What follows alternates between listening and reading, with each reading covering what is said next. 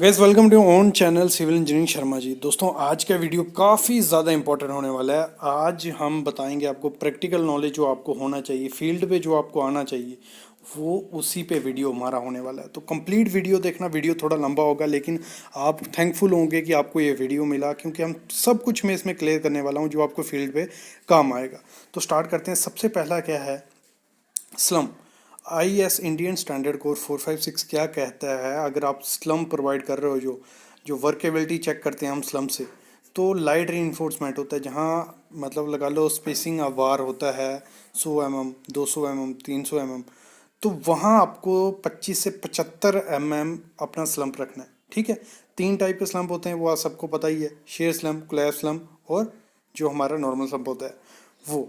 ठीक है। तो ये लाइट रेनफोर्समेंट होगी यहाँ, वहाँ 25 से 75 mm आपका स्लम्प रहना चाहिए। जो हैवली रेनफोर्स्ड होगी वहाँ 75 से 100 mm, मतलब वहाँ पे अगर 75 mm का स्पेसिंग है, 100 mm का, जहाँ उससे कम 50 mm का, वहाँ आपको 75 से 100 mm अपना स्लम्प रखना पड़ता है। फिर जो ट्रेंच फील होते हैं इन सितु या ट्रिमी, तो वहाँ 100 से 150 mm आपको प्रोवाइड करना है। जो वॉल ही 100 mm की, 150 mm की होती है। ठीक है। और और जो इन्होंने लिखा है कि टर्मी, मतलब जहाँ वो बनाते हैं टर्मी, उसमें बायोरेटर की कोई ज़रूरत नहीं होती, वो अपने आप खुद सेल्फ हो जाएगा बायोरेटर। अगला जो क्वेश्चन है वो ड्यूरेबिलिटी कैसे हम बढ़ा सकते हैं स्ट्रक्चर या कंक्रीट की।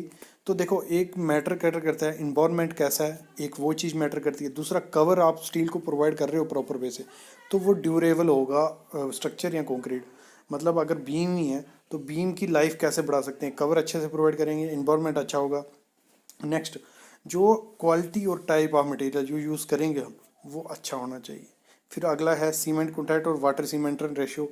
अगर प्रॉपर वे से आप डालोगे तो आपका स्ट्रक्चर की लाइफ काफ़ी ज़्यादा होगी। वर्कमैनशिप, फुल कंपैक्शन होगी तो अच्छे से वो होगी। और कंपैक्शन और फिर उसके बाद क्यूरिंग, तो मेन मैटर ही क्यूरिंग करती है। अगर प्रॉपर वे से आप क्यूरिंग करोगे तो वो काफ़ी ज़्यादा अच्छा होगा। आगे बढ़ते हैं। तो बैचिंग प्लांट जो होते हैं उसमें क्या एक्यूरेसी चलती है, मतलब जिसमें हमारा कंक्रीट तैयार हो रहा है बैचिंग प्लांट में, तो अगर सीमेंट हम डाल रहे हैं 150 kg, तो हर बार 150 kg डल रहा है नहीं डल रहा है, तो उसी एक्यूरेसी के हिसाब से कि 150 में अगर 2% कम ज़्यादा हो जाए तो चलेगा, कोई दिक्कत नहीं है, इतने वो चलती है। एग्रीगेट +3, ज़्यादा या कम 3%, एडमिक्सचर +3, कम या ज़्यादा 3%, वाटर। और मिक्सिंग टाइम कितना, 2 minute for one mixing, side mixing. ठीक है। आगे बढ़ते हैं।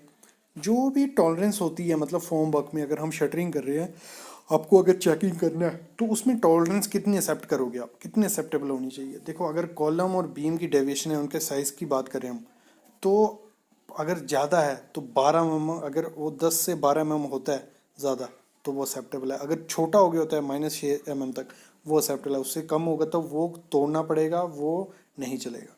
अगला है फुटिंग प्लान। अब जो फुटिंग होती है, अगर 50 mm बड़ी हो गई तो एक्सेप्टेबल है, कोई दिक्कत नहीं है। 100 mm भी बड़ी हो जाए कोई दिक्कत नहीं है। लेकिन अगर छोटी हो जाए -12 mm तो एक्सेप्टेबल है, लेकिन 12 mm से और ज़्यादा छोटी हो जाए वो एक्सेप्टेबल नहीं होगी, दोबारा आपको फुटिंग रिकास्ट करनी पड़ेगी। अगर डेप्थ की बात करें, किसी भी चीज़ की डेप्थ है, तो डेप्थ में आपको क्या करना है, ±0.05 D। इतनी डेप्थ आपकी कम से, उसकी मतलब कितना, 0.05 टोटल डेप्थ का, कम या ज़्यादा चलेगा, उससे ऊपर नीचे हुआ तो वो एक्सेप्टेबल नहीं होगा कभी भी। अगर इन्फोर्समेंट की बात करें, इफेक्टिव डेप्थ की, अगर जो डेप्थ है वो 200 mm से कम है तो 10 mm छोटी बड़ी चल सकती है। अगर 200 mm से ज़्यादा है तो 15 mm कम या ज़्यादा एक्सेप्टेबल है। और अगर हम कवर की बात करें, इन्फोर्समेंट में कवर हम प्रोवाइड करें 30-40 mm, 50 mm, तो उसमें अगर टॉलरेंस कब तक मतलब अलाउ कर सकते हो, ये कब काम आता है, जब आप चेकिंग पे हो, आपका आप क्लाइंट हो या आप इंजीनियर हो, कॉन्ट्रैक्टर का चेक कर रहे हो, तो ये उसमें काम आता है। तो कवर कितना एक्सेप्टेबल है, ±10 mm। और maximum free fall of concrete, ये काफ़ी अच्छी चीज़ है।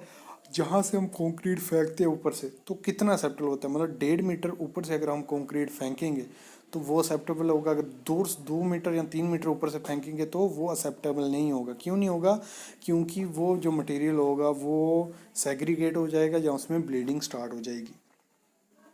आगे बढ़ते हैं। अगर डाया की बात करें, जो स्टील बार हम यूज़ करते हैं साइड पे, अगर उनकी लेंथ में बात करें 0 से 25 mm तक अगर डाया है तो +0.5% उसमें वेरिएशन एक्सेप्टेबल है, कोई दिक्कत नहीं है इतना। अगर छोटा उसका डाया कम या ज़्यादा है कितना 0.5% तो एक्सेप्टेबल। अगर 25 से 35 mm है तो 0.6%, अगर 35 से 50 mm है तो आपका 0.8% एक्सेप्टेबल होता है। आगे बढ़ते हैं। अगर वेट के टॉलरेंस हम वेट में देखें, जो हम बार होता है हमारा उसकी वेट में कितनी टॉलरेंस एक्सेप्टेबल होती है। अगर 0 से 10 mm का बार का डाया है उसकी 1 मीटर की लेंथ में कितनी टॉलरेंस एक्सेप्टेबल होगी, +-7%। 7% किसके, उसका 1 मीटर लंबे वेट का। और 10 से 16 mm का वार है तो उसमें कितनी एक्सेप्टेबल होगी, +-5% एक्सेप्टेबल है। अगर 16 से ऊपर है उसमें +3% एक्सेप्टेबल होती है टॉलरेंस। अगर हम बात करें कटिंग लेंथ की तो कटिंग लेंथ क्या कहती है, अगर स्पेसिफाइड है कटिंग लेंथ, ड्राइंग में मेंशन है या आपको पता है कि इतनी कटिंग लेंथ होनी चाहिए, मतलब 1300 mm काटना है तो 1300 mm ही, तो उसमें कितनी एक्सेप्टेबल होती है, मतलब अगर वो बड़ा हो जाए 75 mm चलेगा, छोटा -25 mm ही एक्सेप्टेबल होता है। फिर अगर बात करें अगर लेंथ एक्सेप्ट मतलब नहीं है, नहीं बताई हुई है, तो वहाँ +50 mm और कम -0 mm। फिर हम बात करते हैं लैपिंग। ये बेसिक जो क्वेश्चन मैं आपको बताऊंगा ये काफ़ी काम आएंगे आपको साइड पे। देखो इन्होंने कहा है 36 mm का बार होता है, जो 36 mm का बार, उससे ऊपर आपको कभी भी लैपिंग नहीं करनी है, वो एक्सेप्टेबल नहीं होती है साइड पे। जहाँ तो आप कपलर करो या उसको बेल्ट करो प्रॉपर वे से। फिर अगला है चेयर की मैक्सिमम स्पेसिंग कितनी होती है। जो चेयर हम प्रोवाइड करते हैं दो मैश को मतलब एक दूसरे से दूर रखने के लिए हम चेयर प्रोवाइड करते हैं। एक चेयर हो गई लगा लो एक कवर टाइप, दोनों के बीच में जगह रहेगी, कंक्रीट बीच में घुस जाए, तो उसको आपको पर स्क्वायर मीटर में एक नग उसका होना ही होना चाहिए। और जो उसका डाया यूज़ होगा वो आगे बताता हूँ। अगला है फॉर डॉवल रॉड, जो हम डॉवल्स यूज़ करते हैं, कहीं भी पुरानी कंस्ट्रक्शन बनी हुई है, अगर हमने फ्यूचर में सोचा है कि एक्सटेंड करना है उसको, तो हम वहाँ सरिया छोड़ते हैं, उसे हम डॉवल बोलते हैं। जहाँ आपने पुराना कंक्रीट है उसमें इंसर्ट करके कुछ नया स्ट्रक्चर बनाना तो हम सरिया उसमें डालते हैं, तो वहाँ पे आपको मिनिमम 12 mm डाया का सरिया इंसर्ट करना ही है डॉवल में। अगर चेयर की बात करें, जैसे मैंने चेयर का पहले बताया आपको, तो चेयर में क्या करना है आपको 12 mm का मिनिमम सरिया यूज़ करना है। तब भी जब भी चेयर बनाओ आप तो आपको 12 mm का सरिया वहाँ प्रोवाइड करना ही करना है चेयर में। अगर पॉसिबल हो जो डाया का हम हायर डाया का सरिया यूज़ कर रहे हैं उससे हायर ही आपको यूज़ करना है। तो ये बोलता है जो कॉलम होता है, मतलब लॉन्गिट्यूडनल रीइंफोर्समेंट नॉट लेस भी, जो लॉन्गिट्यूडनल रीइंफोर्समेंट होती है कॉलम में, तो वो 0.8% होनी चाहिए हमारी, मतलब उससे कम नहीं होनी चाहिए 0.8% से। और किसके कॉलम के क्रॉस सेक्शन से, क्रॉस सेक्शन एरिया से। और ज़्यादा किससे नहीं होनी चाहिए, 6% से ज़्यादा वो नहीं होनी चाहिए। स्क्वायर कॉलम है उसमें मिनिमम बार कितने होते हैं, 4 आपको मिनिमम बार उसमें रखने नहीं तो स्टीरअप आपका बैठेगा ही नहीं। और सर्कुलर कॉलम जो होता है उसमें आपको 6 नग बार रखने ही रखने हैं वर्टिकल। अगला है कि जो स्लैब होती है उसमें हमने जो मेन बार होता है वो हमें 8 mm से कम छोटा डालना ही नहीं चाहिए। और जो अगर प्लेन बार है वो 10 mm से। और डिस्ट्रीब्यूशन आपको 8 mm से कभी भी छोटा डिस्ट्रीब्यूशन बार आपको नहीं डालना है। जहाँ आपको 1/8 ऑफ स्लैब थिकनेस, जितनी स्लैब थिकनेस होगी उसका 1/8 पार्ट आपको उससे छोटा कभी नहीं डालना है। जो मिनिमम थिकनेस होती है स्लैब की वो कितनी होती है, 125 mm से, जहाँ हम 5 इंच बोलें उससे कभी भी छोटी आपको स्लैब की थिकनेस नहीं रखनी है। और जो क्यूब हम बनाते हैं साइड पे कंप्रेसिव स्ट्रेंथ टेस्ट करने के लिए, या हम क्यूब टेस्ट बोलो या कंक्रीट टेस्ट, तो उसकी जो क्यूब बढ़ते हैं फिलअप करते हैं उसकी टॉलरेंस कितनी एक्सेप्टेबल होती है, +-2 mm।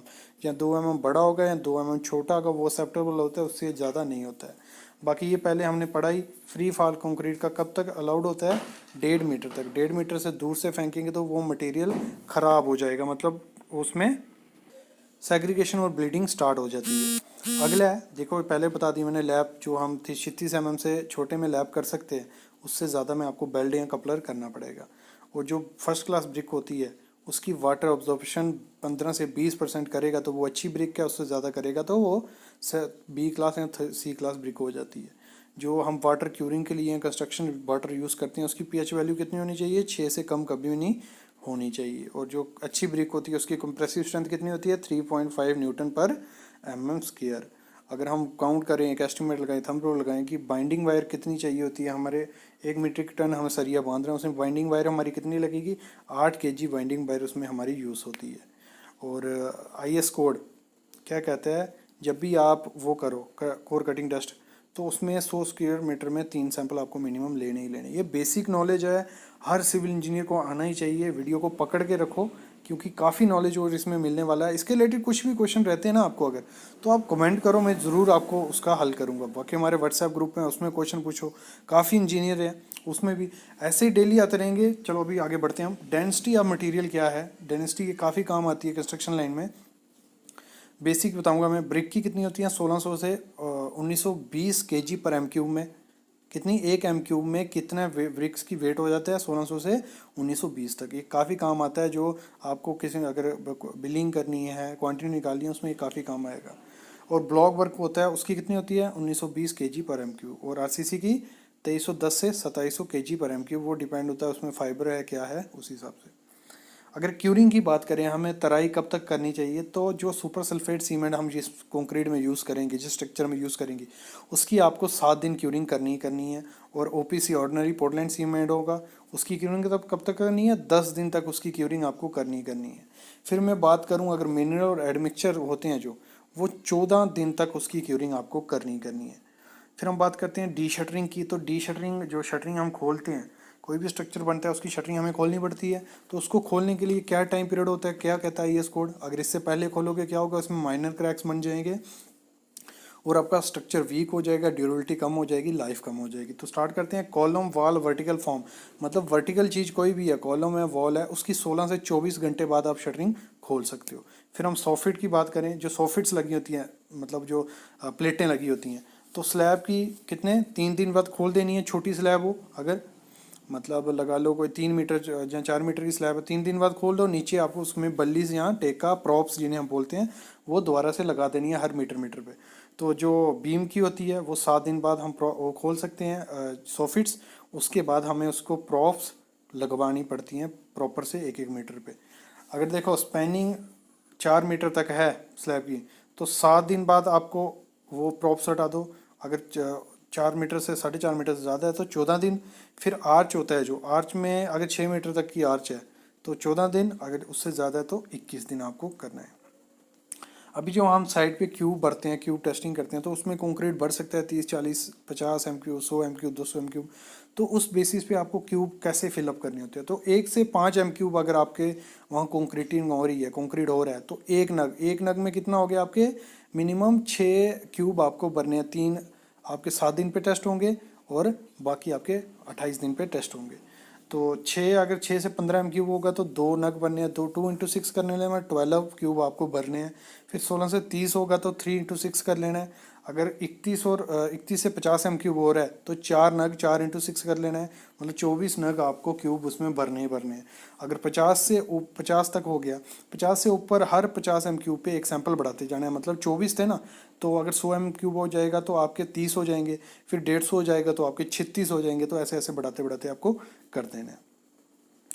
तो ये थे आज के, और भी इसमें काफ़ी है लेकिन आपका टाइम मैं ज़्यादा नहीं लूँगा। इतना आपने जो मैंने आप बताया वो अगर आप अच्छे से सीख लोगे, ये भी काफ़ी काम आएगा। बाकी जो है, बाकी काफ़ी इसके 40-50 पेजेस हैं। यही आपको टॉपिक हमारी वेबसाइट पे मिल जाएंगे, मैं डिस्क्रिप्शन में उसका लिंक डाल दूँगा, वहाँ जाके भी पढ़ सकते हो। बाकी जितना सुनने में जल्दी सीखोगे उतना पढ़ने में होता है। तो जो नेक्स्ट वीडियो आएगी वो ज़रूर देखना हमारी, और उसके लिए आप पहले चैनल को सब्सक्राइब कर लो और बेल आइकन जरूर दबा लो, जब भी मैं वीडियो डालूँ सबसे पहले आपके तक वो पहुंच जाएंगी। Thank you guys.